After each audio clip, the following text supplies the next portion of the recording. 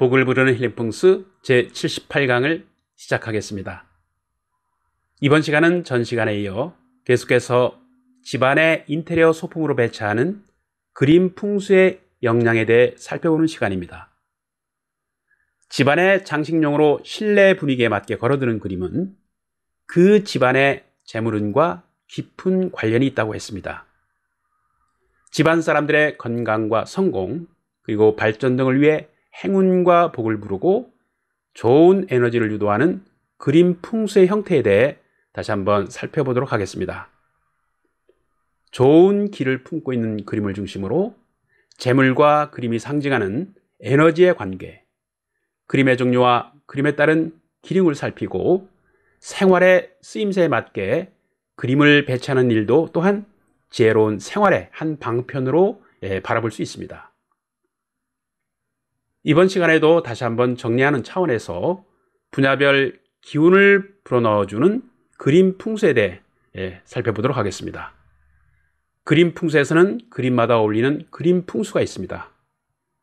적절한 그림의 선택을 통해 개인은 물론 회사 생활이나 경영에 보조적으로 도움을 줄 수 있는 그림 풍수는 생활 속에서 곧잘 활용되고 있습니다.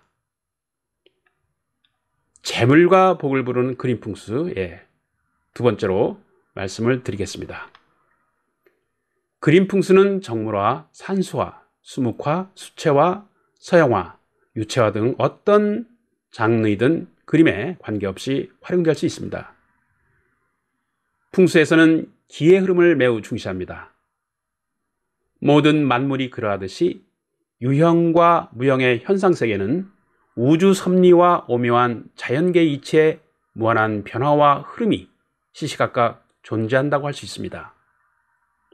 어떤 물상을 대하고 이 감득되어지는 느낌은 사람에게 다양한 심리적 영향을 안겨준다 할 수 있습니다.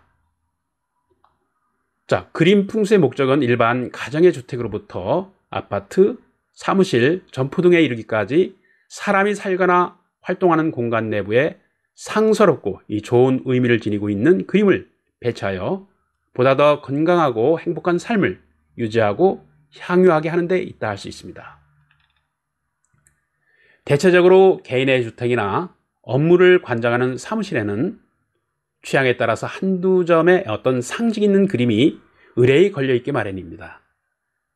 이것을 풍수학에서 그림에도 기가 나온다, 그림에도 에너지가 나온다라고 하는 것입니다. 풍수에서는 주변의 지세나 주변 사물의 형상의 어떤 생김새를 매우 중시한다고 했습니다. 이것은 그림에서도 마찬가지로 봅니다.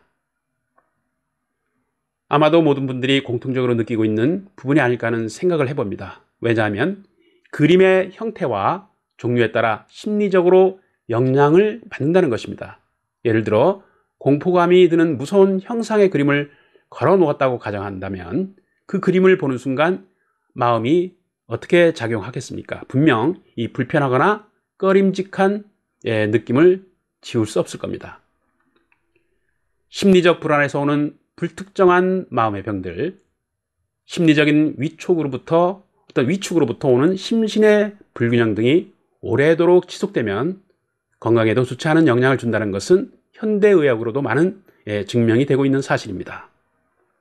이처럼 마음을 움직이는 심리적 에너지의 변화는 우리의 삶에 직간접적으로 작용하고 있다고 봅니다. 예를 들어서 그림의 소재에 따라 사업을 번창하게 하는 그림이 있는가 하면 반대로 사업을 저하시키고 방해하는 그림이 있다고 봅니다. 예를 들어서 수려하고 좋은 그림을 보면 자연히 마음도 밝고 좋아지는데 반면에 어둡고 공포감을 주는 그림이나 음란한 그림을 보면 그에 따라 마음도 좋지 않은 영향을 받을 수 있다고 보는 것입니다.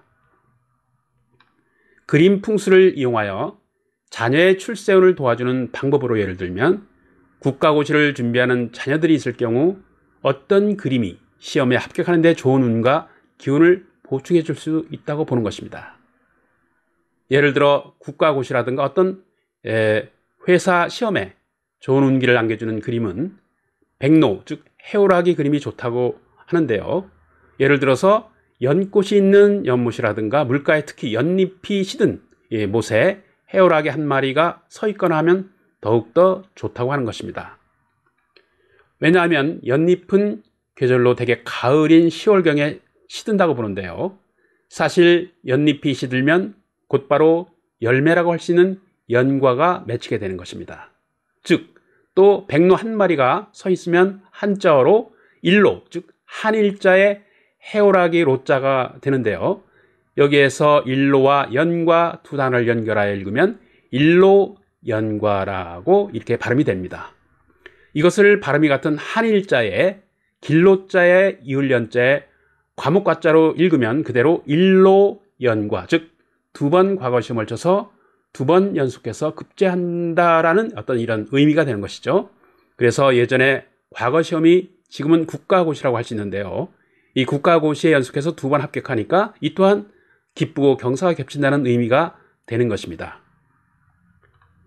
자, 그렇다면 집안의 대학교 수능시험을 준비하는 학생의 방에 수능시험을 잘 보게 하거나 또는 우수한 성적으로 장학금을 받게 하는데 걸어놓으면 좋은 그림은 어떤 내용의 그림인지 살펴보겠습니다.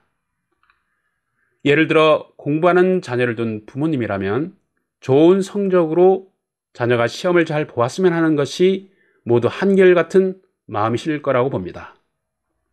이럴 때는 갈대와 연관하여 그려진 그림을 걸거나 배치하면 좋다고 보는데요. 좀 더 구체적으로 말씀드리면 갈대와 괴가 함께 그려진 그림이 좋다고 하는 것입니다. 왜냐하면 이것은 전로라고 해서 의미는 전할 전자와 갈대로자로 갈대를 전하다라는 뜻인데요. 원래 갈대로자는 예전에 임금이 전시의 어떤 장원급제자에게만 내렸던 음식을 말합니다. 이것을 중국식 발음으로 발음하면 려자와 발음이 같다고 하는 것입니다. 그래서 결국 전로는 전려와 같다는 의미로 보고요. 또 괴는 등에 딱지가 있어서 한자로 거북이 등딱지를 의미하는 갑자로 해석하는 것입니다. 결과적으로 이 그림은 과갑, 즉 장엄급제해서 임금이 하사하는 특별하고도 특별한 음식인 려를 받는다라고 보는 것입니다. 이와 더불어서 갈대와 괴 두 마리가 그려진 그림의 의미는 두 번의 과거 또는 전시에서 두 번 모두 장원에 급제해서 임금이 내리는 음식을 받는다라는 의미로 아주 상서롭고 복을 전해주는 의미로 보는 것입니다. 자, 그렇다면 공부를 열심히 하거나 학문 방향으로 좀 더 깊고 높게 뜻을 이루기 위해서 부모가 자녀를 위해 걸어둘 수 있는 그림은 어떤 것이 있는지 살펴보도록 하겠습니다. 예를 들어 밤을 상징하는 부엉이 그림을 연상할 수 있는데요. 공부하는 자녀들이 집안에서 밤늦도록 공부에 매진하는 의미도 담고 있습니다. 서양이나 동양도 마찬가지로 보는데요. 보통 우리가 올빼미를 생각할 때 사실 올빼미는 밤에 자지 않는 새로 간주하면서 동시에 밤눈이 밝다고 생각하는 것입니다. 그래서 보통 학문적 궤재가 높은 어느 분야의 석학이나 교수로 표현하여 부엉이의 안경과 사각물을 씌워 이러한 분야의 사람들을 상징하는 이유로 보는 것입니다. 특히 동양적인 의미를 좀 더 부여한다면 고양이를 닮은 새, 즉 한자어로 고양이 묘자, 머리 두자, 매음자인 묘동으로 부르는데요. 이것은 한편 70세를 상징하는 고의를 축한다는 의미도 동시에 지니고 있다고 봅니다. 또 회사의 승진 시험이라든가 공무원 시험을 준비하는 분들에게 심리적으로 이로운 그림은 수양버드나무 아래서 유이 한 마리의 오리가 유이 한가롭게 놀고 있는 그림을 꼽을 수 있습니다. 자, 그렇다면 이 그림의 뜻에 대해 살펴보도록 하겠습니다. 오리의 앞자는 갑자가 들어가 있는데요. 이것은 1등을 상징하는 갑으로 바로 장원급제의 뜻이 있다고 보는 것이죠. 그리고 버드나무 유자는 발음이 머물 유자와 같기 때문에 계속해서 장원급제하라는 뜻으로 본다는 것입니다.